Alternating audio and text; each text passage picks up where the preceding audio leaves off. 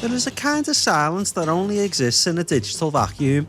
It isn't the natural silence of a forest or a heavy, oppressive silence of a tomb. It is a clinical, humming stillness of a machine waiting for an input. In Metal Gear Solid VR missions, the worlds of Shadow Moses, the snow, the steam, the smell of cordite and cigarettes has been stripped away, replaced by a neon blue grid that stretches into the infinite mathematical void. When you step onto that virtual floor, the sound of Snake's boots doesn't thud against the concrete. It produces a sharp echoing clank against the surface that doesn't actually exist. It is a world of pure geometry, where the only thing that matters is the line of sight between you and a patrolling guard made of light and code. The sensory experience here is one of total focus. There are no sprawling cutscenes to distract you, no codec calls to break the tension, and no sweeping cinematic camera angles. Everything is viewed from a cold, top-down perspective, turning the battlefields into a high-stakes chessboard. The air doesn't feel cold, and the stakes don't feel real in a narrative sense, yet your palms still sweat against the plastic of the controller. You hear the rhythmic, electronic pulse of the Soliton radar in the corner of the screen, a heartbeat that tells you exactly how close you are to detection when an enemy's vision cone turns to red.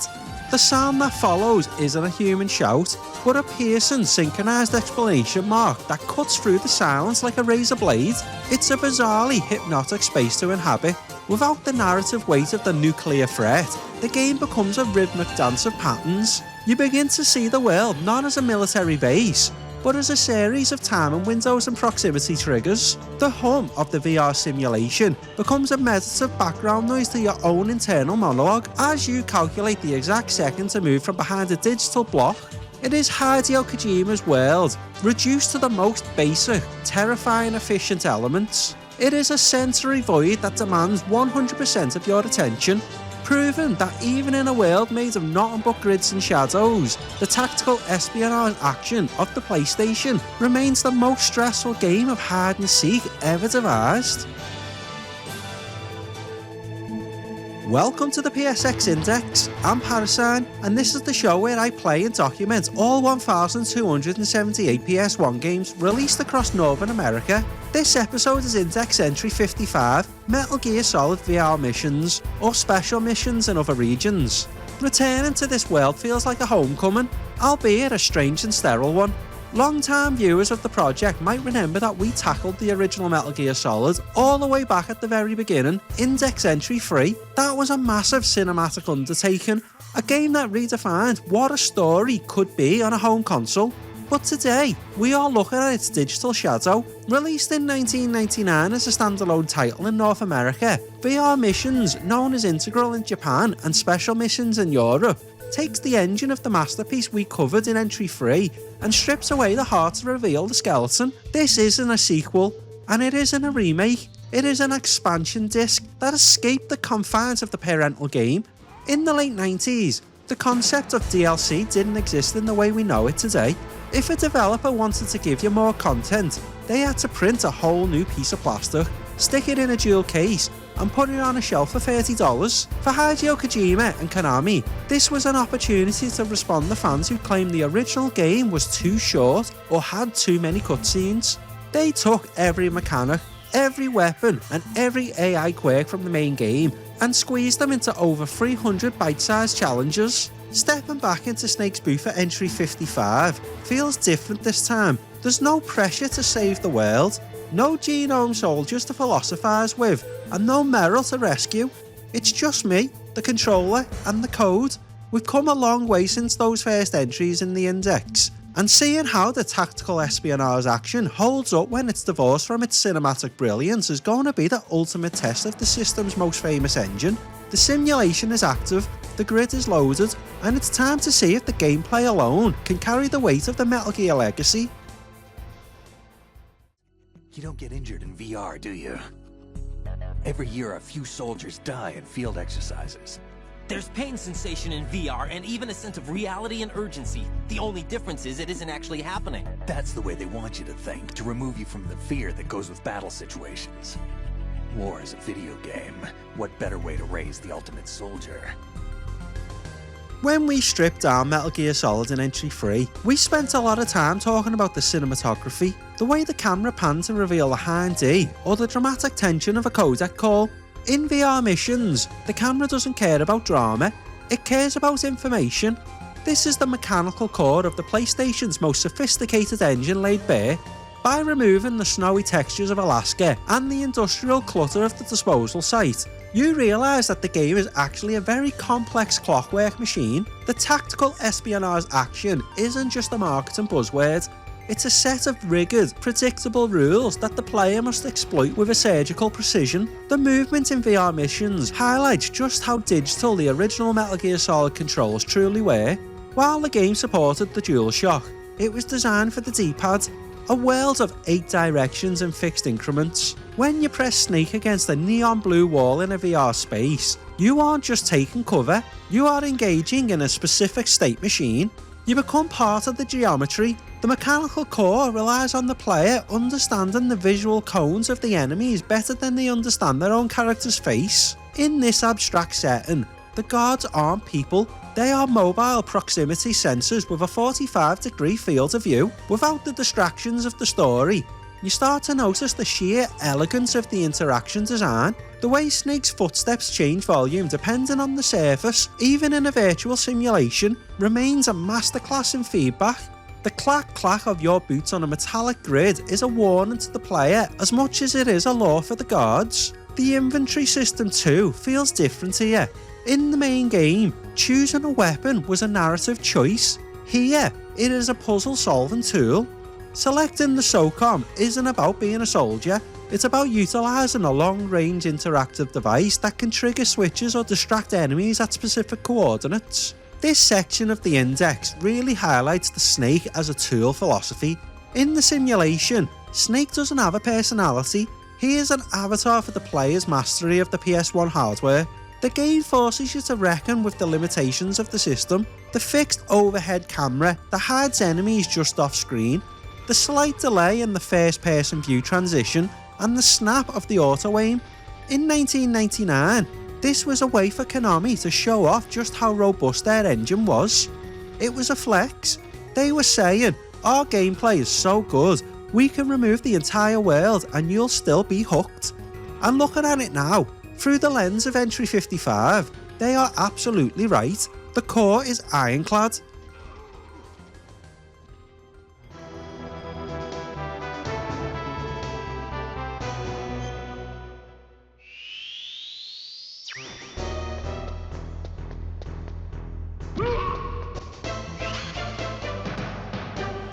Impressive, Snake. The sneaker missions are the bread and butter of this experience. The pure espionage that Hideo Kojima wanted to isolate and refine. In the main game, sneaking was often a means to an end. You hid so you could reach the next elevator or trigger the next cinematic beat. Here, the sneaking is the end. Each mission drops you into a room with a simple objective: reach the goal without being seen. If the red exclamation mark appears over the guard's head, the simulation immediately terminates. There is no combat as a fallback, no hiding in cover until the alert level dies down. It is a binary world of success or total failure. This section of the game is essentially a 100 level masterclass in AI patterns. Because the environments are so minimalist, just a series of blocks and corridors, you are forced to study the rhythmic patrol route of the Genome Soldiers with a level of intensity you never needed in the main game. You start to recognise the pauses, you see a guard stop at a corner, look left, look right, and then resume his walk. You realise that you have a window of exactly 1.5 seconds to dash across the corridor. It turns Metal Gear Solid into a rhythmic game. You aren't playing a spy, you're playing a conductor orchestrating a series of movements that allows you to slip through the gaps of the machine. What makes these missions so addictive is their brevity. Most can be completed in under 30 seconds if you know the path. This creates a just one more try loop that is arguably more potent than the narrative drive of the original game. It's the gaming equivalent of a crossword puzzle, a mental exercise that tests your spatial awareness and your patience. As the levels progress, the game introduces more variables, moving floor panels, cameras that sweep the area, and no kill constraint that forces you to be even more creative with your pathing. Through the lens of the Index, the sneaking missions represents the ultimate distillation of the stealth genre on the PS1. By removing the fluff, Konami exposed the fundamental thrill of the genre, the feeling of being somewhere you aren't supposed to be and leaving without a trace. It's a testament to the AI design of the era. Even with their limited vision and predictable paths, these guards create a palpable sense of tension. When you finally step onto the goal pad and the screen flashes with your completion time, the rush of dopamine is pure. It's a reminder that sometimes the most satisfying thing a game can do is give you a set of impossible rules and watch you break them with nothing but a cardboard box and a dream. Yeah! Impressive, Snake. If the sneaker missions are a masterclass in restraint, the weapon trials are a celebration of tactical hardware. In the main game, your arsenal was often a break glass in case of an emergency solution, but in VR missions, each weapon is given its own dedicated 15-level gauntlet. This is where the game stops being a puzzle and starts being a technical shooting gallery. From the suppressed SOCOM to the heavy-hitting Stinger missile launcher, these trials force you to master the specific physics and the quirks of the PlayStation's combat system. Quirks that we often glossed over when we were too busy worrying about Liquid Snake's latest monologue in Entry 3. Take the Nikita control missile for example. In the main story, you used it perhaps twice to blow up a power generator. In VR missions, you are forced to navigate that missile through elaborate neon blue obstacle courses that look like digital versions of micro machines. You learn exactly how wide the turning radius is, how much drift the missile has, and how to manage the fuel gauge with frame-perfect accuracy. The same applies to the C4 and the Claymores. You aren't just setting traps, you're learning the blast radius geometry. You start to see the game's explosion effects not as fire, but as a circular damage zone that interacts with the grid. The PSG-1 sniper trials are particularly revealing of the era's technical limitations. Aiming through a scope on the PS1 was always a jittery affair, but these missions turn that sway into a core mechanic. You have to time your shots between the rhythmic wobbles of the reticle, turning the hardware's lack of precision into a test of the player's skill. It's a fascinating bit of design. Instead of hiding the technical flaws of the console, Kojima and his team leaned into them, making the PS1 Jang an integral part of the challenge. There is a visceral satisfaction in these trials that the main game rarely offered. When you're tasked with destroying 20 targets in 60 seconds using only grenades, the game transforms into a chaotic physics-based playground. You lean into the arc of the throw, the bounce of the canister, and the timing of the fuse. Through the lens of the Index, this section represents the action side of tactical espionage action at its most refined. It proves that Metal Gear Solid's engine wasn't just a vehicle for a story. It was a robust, flexible combat simulator that could stand on its own feet. By the time you finish the weapon trials, you don't just feel like you played a game, you feel like you've been certified in the most iconic arsenal in 32-bit history.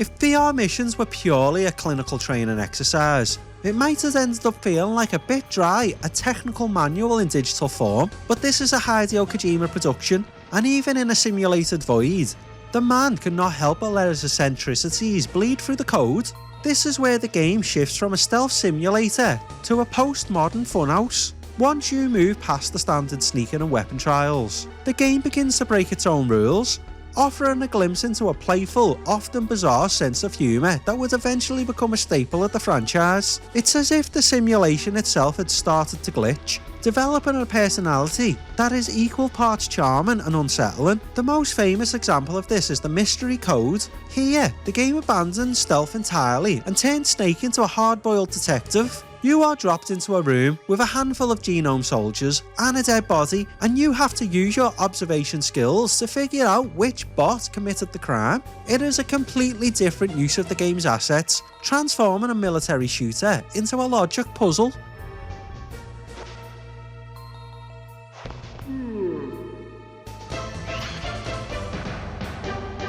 Impressive, Snake.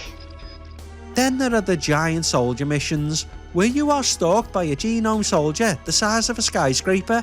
Seeing the PS1 engine struggle to render a massive low-poly foot coming down to crush Snake is a moment of pure, absurd joy. It's the kind of content that shouldn't be here, yet it feels perfectly at home in the Kojima-verse.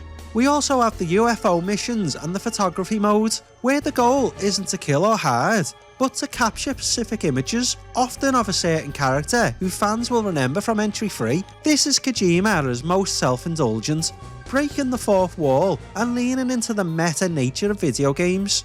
It's a reminder that even in 1999, the Metal Gear team was thinking about these games as more than just a series of challenges. They saw them as a conversation with the player. They were asking, how many different ways can we make you smile using the same 3 guard animations in a box? Through the lens of the index, this Kojima humour is essential because it balances the friction of the harder missions. When you've been stuck on a tier 3 grenade trial for an hour, being able to pivot to a mission where you fight a genome soldier is the perfect palate cleanser. It's a design philosophy that respects the player's time by providing variety, even if the variety is completely nonsensical. It proves that a game can be a serious technical achievement and a total joke at the same time. In Entry 55, the simulation isn't just a place to learn, it's a place to play in the truest, most chaotic sense of the word.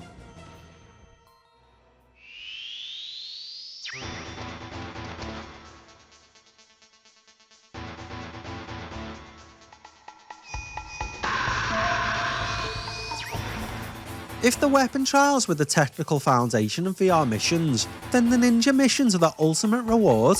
In the original Metal Gear Solid, Grey Fox the cyborg ninja was a tragic, haunting presence, a boss fight that felt like a clash of philosophies. In Entry 55, he becomes your avatar. This was the ultimate fan service moment of 1999. For the first time, players were given the keys to the most powerful character in the engine, and the result is a total subversion of everything the Index has taught us about the Metal Gear Solid gameplay loop so far. Playing as the ninja completely rewrites the rules of engagement. Where Snake is deliberate and heavy, Grey Fox is fluid and terrifyingly fast. You aren't just hiding in the shadows, you are the shadow. With the press of a button, you can activate the stealth camouflage, turning into a shimmering ripple of the neon grid. This isn't the passive stealth of a cardboard box, it is a predatory stealth. You move at twice the speed of a standard guard, closing the distance in a blur of motion before unsheathing your high-frequency blade. The game shifts from a stealth puzzler into a slasher simulator. There is a visceral, almost rhythmic satisfaction to the ninja's combat. Deflecting bullets with your sword isn't just a defensive move, it's a timing-based mechanic that makes you feel invincible in a way the PlayStation rarely allowed. In the main game, being spotted was catastrophic. As the ninja, being spotted is just an invitation to dance. However, the developers were smart enough to balance this power. The ninja's missions are designed with his speed in mind, featuring tighter corridors, more aggressive AI, and floor panels that require frame-perfect jumps. It's a different kind of tactical action, one that prioritises reflexes over patience. Through the lens of the Index, the Cyborg Ninja missions represent a brilliant bit of asset recycling. They took an existing character model and a few unique animations and created an entirely new gameplay experience that justifies the standalone price of the disc. It highlights the versatility of the MGS engine. It could handle high-speed melee combat just as effectively as it handled slow-burn espionage. For many players, this was the real game, the 3-minute slice of heaven that made the 300 mission grind worth it. It's the moment where the clinical simulation of a VR missions finally lets its hair down and lets you feel like a god in the machine.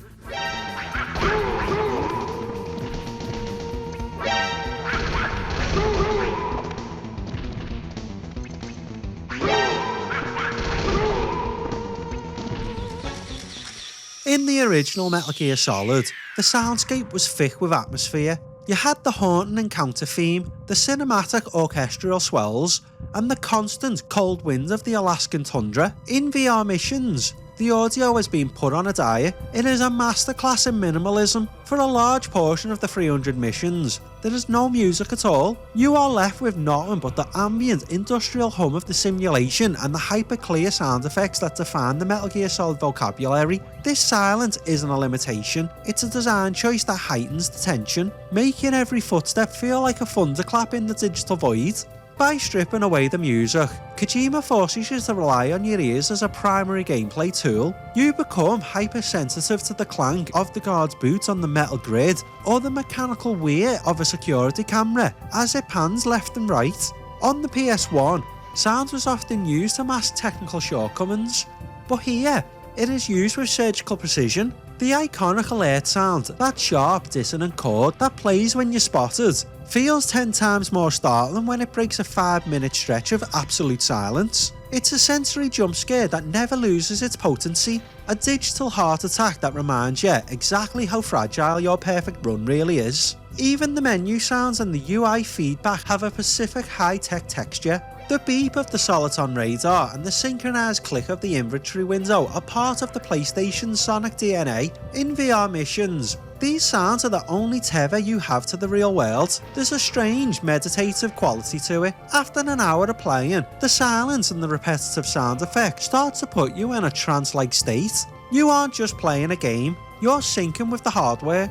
It's the sound of a computer overthinking, and it's perfectly suited to the experience. This minimalism also highlights the voice acting, or the deliberate lack thereof. Aside from the occasional excellent sneak from the mysterious observer or the grunts of the guards, the characters are silent. It reinforces the idea that this is a clinical dataset, not a story. Through the lens of the index, it's a reminder that sound design doesn't always need to be epic to be effective. Sometimes the most powerful thing a game can do is give you a quiet room, a set of boots, and the sound of your own heartbeat as you wait for a guard to turn his back. It is the sound of pure, unadulterated focus.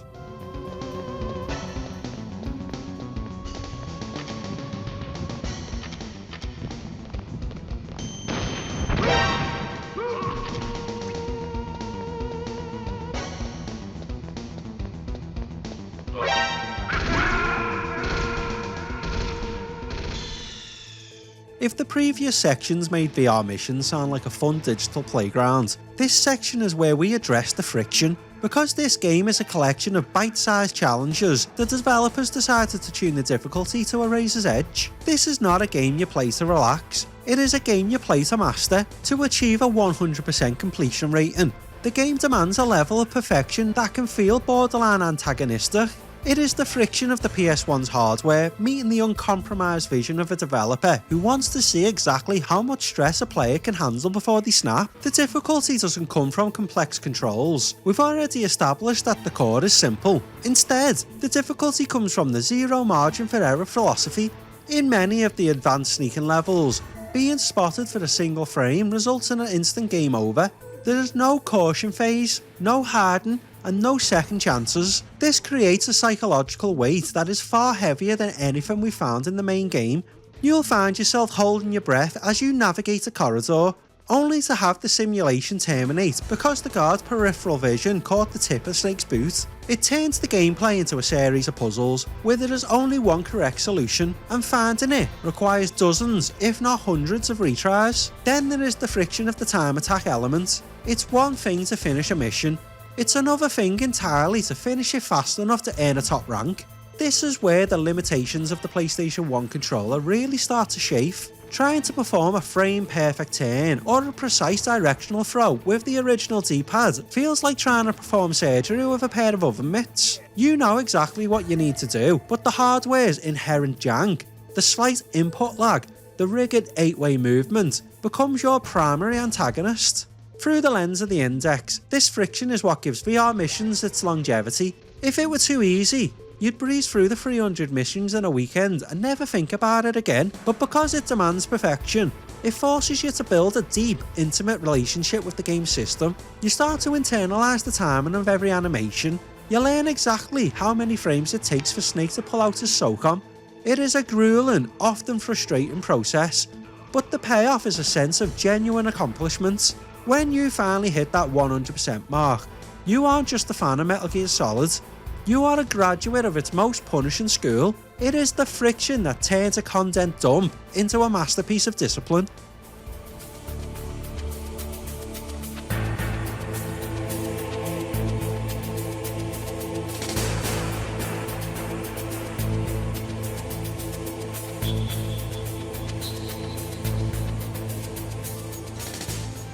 To understand why VR missions exist as a standalone product, you have to understand the specific, somewhat chaotic landscape of the late 90s software market.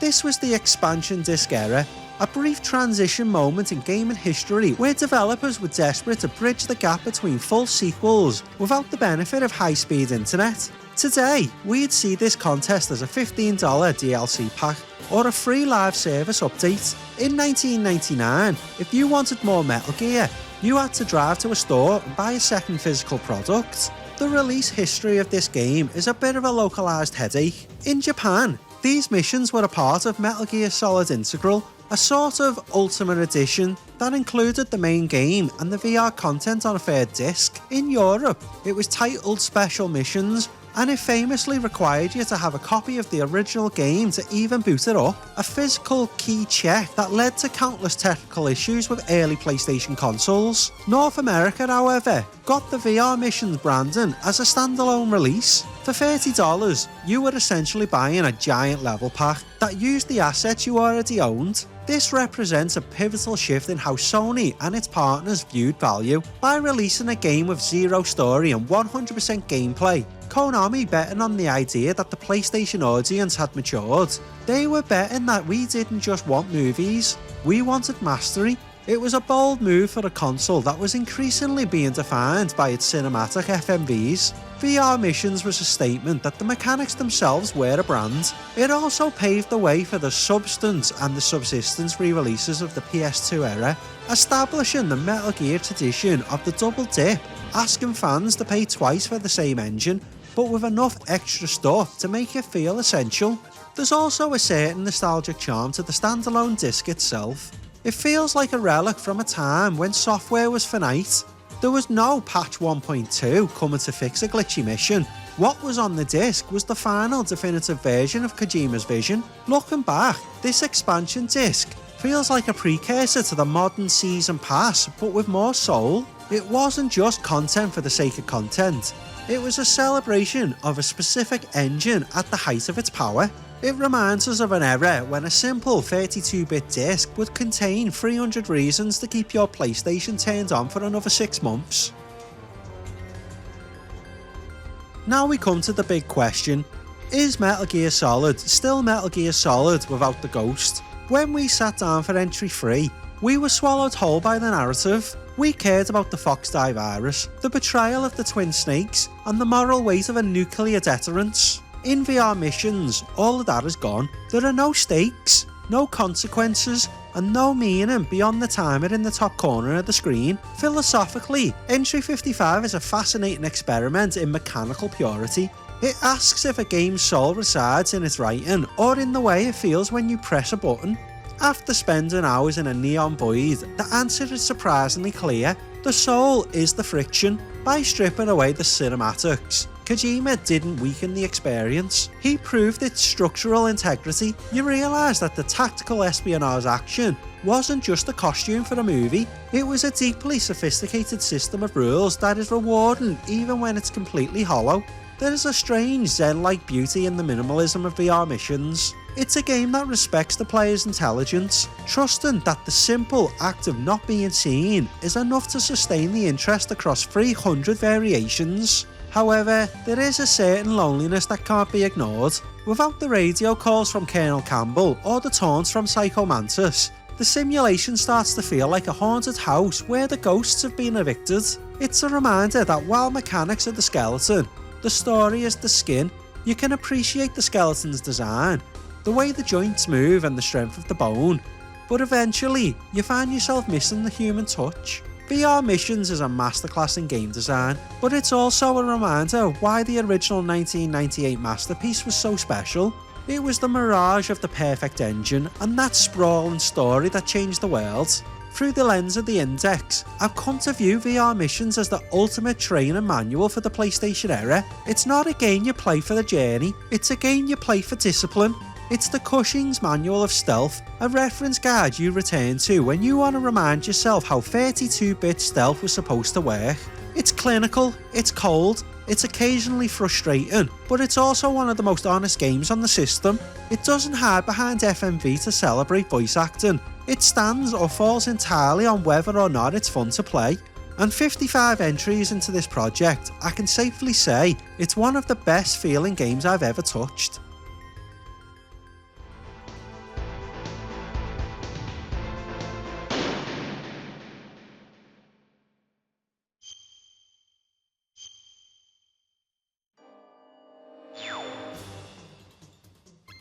Metal Gear Solid VR Missions is a strange beast. It is a game that exists entirely on how rather than why. It doesn't offer closure to the narrative of Shadow Moses, but it offers a total mastery over its mechanics. It's the ultimate deep dive for those of us who weren't quite ready to leave the engine behind in 1998. Documenting it for the Index has been a reminder that even the most cinematic games are built on a foundation of cold, hard rules, and those rules are what keep us coming back long after the credits have rolled. It's been a clinical, high-stakes journey through the simulation, but it's time to log out of the VR grid and return to the real world, or at least a world that's a lot more colourful, chaotic, and covered in wumpa fruit. 55 games down, 1,223 games to go. In our next episode, we are making a massive return to the PlayStation's most iconic pillars. Way back in Entry 5, we saw the birth of a legend in the original Crash Bandicoot. It was a game that defined the early era of 3D platforming. But as we know, Naughty Dog was only just getting started. Next time, we are diving onto the sequel that many consider to be the pinnacle of the series, Crash Bandicoot 2 Codec Strikes Back. We are trading the neon grids of the simulation for the lush jungles and the icy caverns of the Wumpa Islands. It's time to see how the Naughty Dog magic evolved with more levels, better controls, and a whole lot of sliding. I'll see you in the warp room for Index Entry 56. Let's start gathering crystals.